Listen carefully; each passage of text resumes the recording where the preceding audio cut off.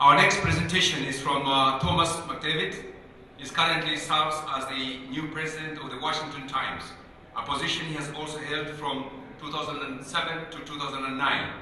During 2010, he was president of New World Media Development LLC. In 2005, Mr. McDEVITT was recruited to be the senior vice president of marketing and communication at Points of Light Foundation. From 1994 to 2005, he held various positions at the Washington Times, including business director of the Nationally Weekly Edition, general manager of the magazine division, marketing director, and vice president of the Washington Times. He resides in Virginia and his 5 sons. Let us welcome Thomas McDEVITT.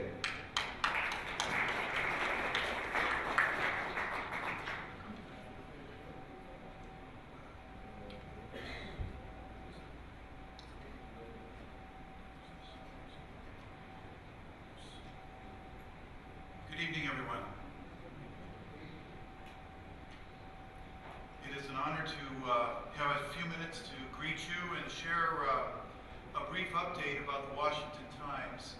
You may have heard over the past year that the Times had shifted in its direction, and fortunately, as Reverend Moon, true parents today in this glorious birthday celebration, actually referred to the fact that the Times came back to him. So there actually was a transaction. The company was purchased for $1 along with all of its liabilities on November 1st. And so the Times is now stable under new ownership, new board of directors. Very, very pleased and honored to work with gentlemen like Mr. Jim Gavin, who heads up our holding company and also is also on the board, and also Dr. Thomas Walsh, who sits on the board, as well as Chairman Douglas Jew and several other people. So it's a new day for the Washington Times, but it's important to recognize that the Times has been in existence for nearly 30 years.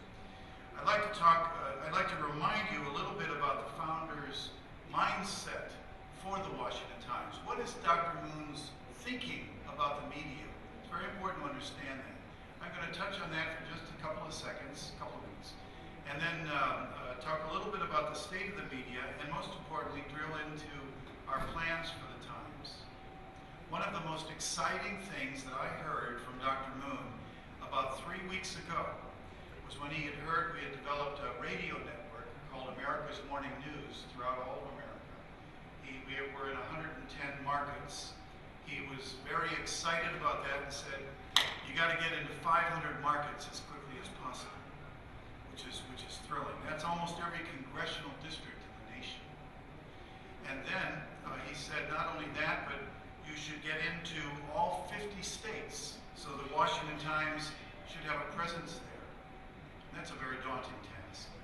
But not only that, he then said that the Times, the Washington Times, should have a presence in some way in 120 countries, possibly your country. So I'm only going to take a few minutes to brief you, and I'd like to ask you questions. I'd like to open it up for some questions, but I'd like to ask your opinion to share a little bit about where you see things. It was in the 20th anniversary speech of the Washington Times. Dr. Moon gave a talk called Freedom, Family, and Faith, the Role of the Media in the 21st Century. He said he founded the Times in 1982 as an expression of his love for America and to fulfill the will of God, who seeks to establish America in his providence.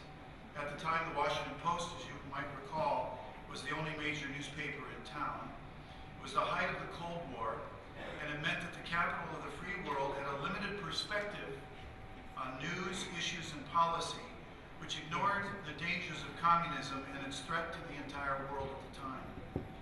Reverend Moon believed there needed to be a newspaper that had a philosophical and ideological foundation to encourage and enlighten the people and the leaders of the United States.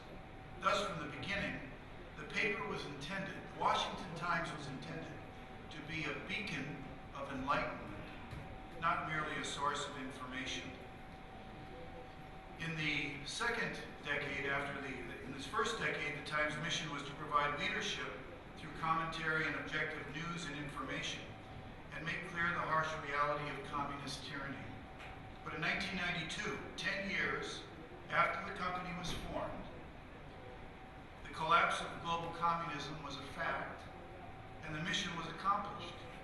Reverend Moon then gave the Times a new mission. He defined a new mission in the context of the challenges of the Cultural War to promote ethics and moral values in our society.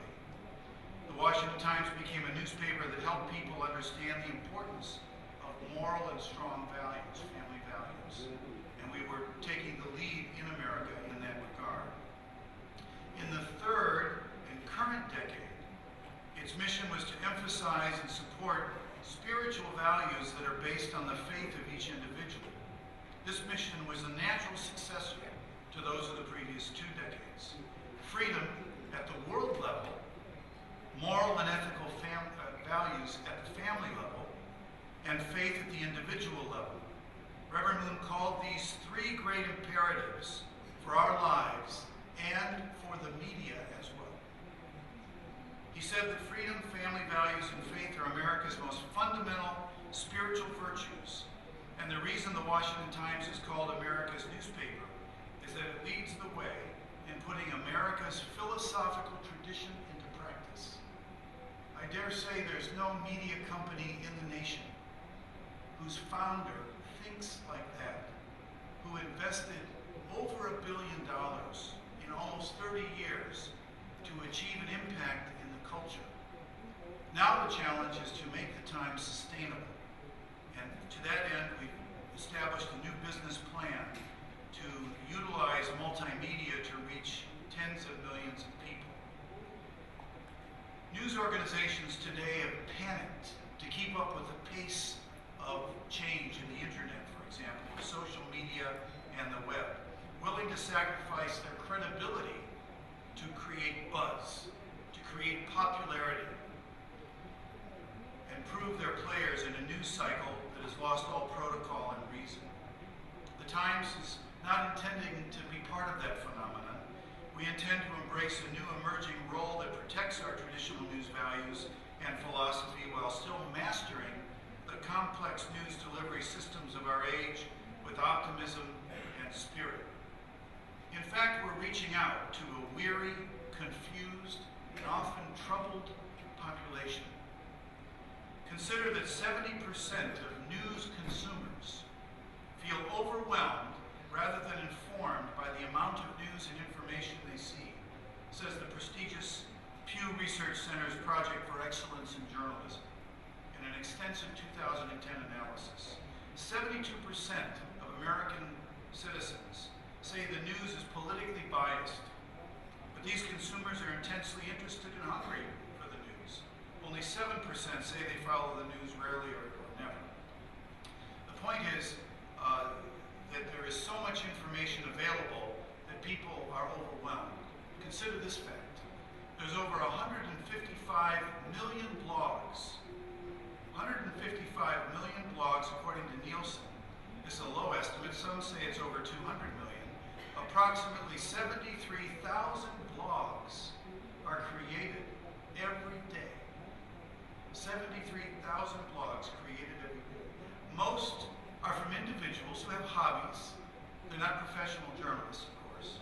According to a survey of 7,200 bloggers themselves by Technorati, the leading research firm dealing with blog content, out of 7,200 bloggers, only 1% are professional in terms of journalistic training. And of that number, only 1/4 spend 40 hours a week. So you have a tsunami, a tidal wave of information that assaults everybody with generally a need for editorial judgment. That's the role of legacy media companies. The Washington Times takes that role very seriously. Well, to come to the point of where we're going, to respond to this challenge, as I mentioned, we've established a new business organization, a new business plan. We're rebuilding the daily newspaper, fueling it with content of investigative and accountability journalism. Our opinion pages are very highly regarded in the American press. We're expanding the national weekly edition, also expanding our website We used to be at 25 million page views a month with about 4 to 5 million unique visitors a month. That declined in the last year, so now we're building that back up. We enjoyed our best month in the last year in January with 11.5 million page views and 3.5 million unique visitors. 3.5 million people who come to the Washington Times site every month. We've established a radio partnership with Talk Radio Network. We're currently in 110 markets. We have a 3-hour show every morning in America called America's Morning News. It's broadcast from Washington live from 6 to 9 a.m. It reaches close to 2 million people every week. And it's very common that we would bring senators or congressmen, various leaders, to be interviewed on the air, and then their views are sent out to their districts. We're beginning to set forth a partnership with Sinclair Television that reaches 22% of the American market, and we are currently under construction for a digital app that will be used on iPads and lots of other things. It would take a whole hour to explain all the different media projects that we're working on, but suffice it to say that it's an exciting time at the Washington Times, and we've had a couple of notable things that happened just this past week. I'm going to show you a couple of examples. Recently we sent, it was Ronald Reagan's 100th anniversary. He was born 100 years ago, so we did a special section just last Friday, and the special section was a centennial on Ronald Reagan. It's being heralded all over the Washington area. On the same day, Bill Gertz, our foreign policy journalist, did an interview with the president of Mongolia. Traveled to Mongolia, had a thorough interview with him for a couple of hours, and then published a front page story. Mongolia obviously is a critical nation sandwiched in between China and Russia. We carry interviews with heads of state all the time, and it's an important item for us. On the day that President Obama presented his State of the Union address, we did a special Spadia here, which was aimed at introducing the Times to all the new members of Congress, and that went over very, very well. A day doesn't go by when we don't break news or have some impact in the Washington area. Having said that, the most exciting thing I'm looking forward to is expanding the Washington Times into all 50 states and in 120 countries. And to that end, we are in the process of developing a business model.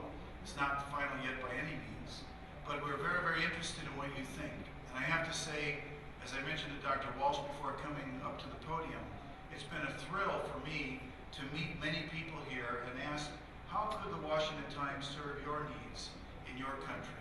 What is it that the opinion leaders in your nation want to know about Washington or about America that you're not hearing? And what is it that's going on in your nation that you think Washington or America needs to know? In that sense, I would ask your help and invite your participation in developing an approach, a business model or an approach that could reach the world. I surely believe it's possible. Probably not in print, but through a digital means. So I really look forward to hearing or communicating with you. You can reach me at my email address, which is tmcdevitt@washingtontimes.com, tmcdevitt@washingtontimes.com. And I want to thank you for your kind attention, and I hope you enjoy the conference and have a safe trip home. Thank you. I think we don't really have time for questions, so I think we'll take two. Okay, can we take two questions, sir? Yeah. There's time for maybe one or two questions or comments. Is that okay? How would, yes, sir.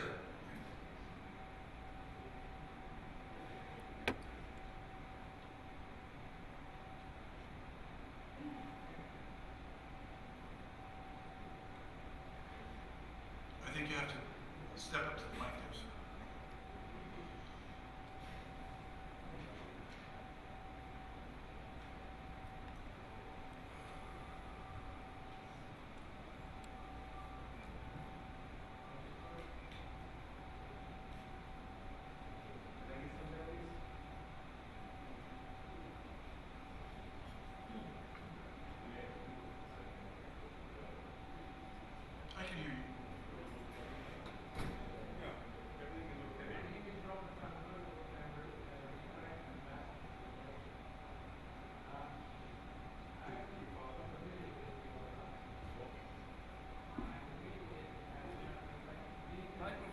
working. I can translate. Please. Microphone is not working. Microphone is not working. You can't hear.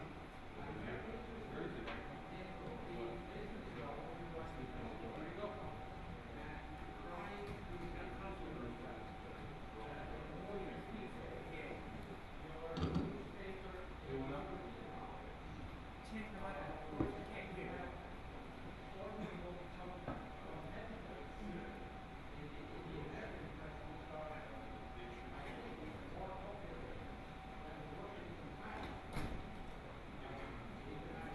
Of course.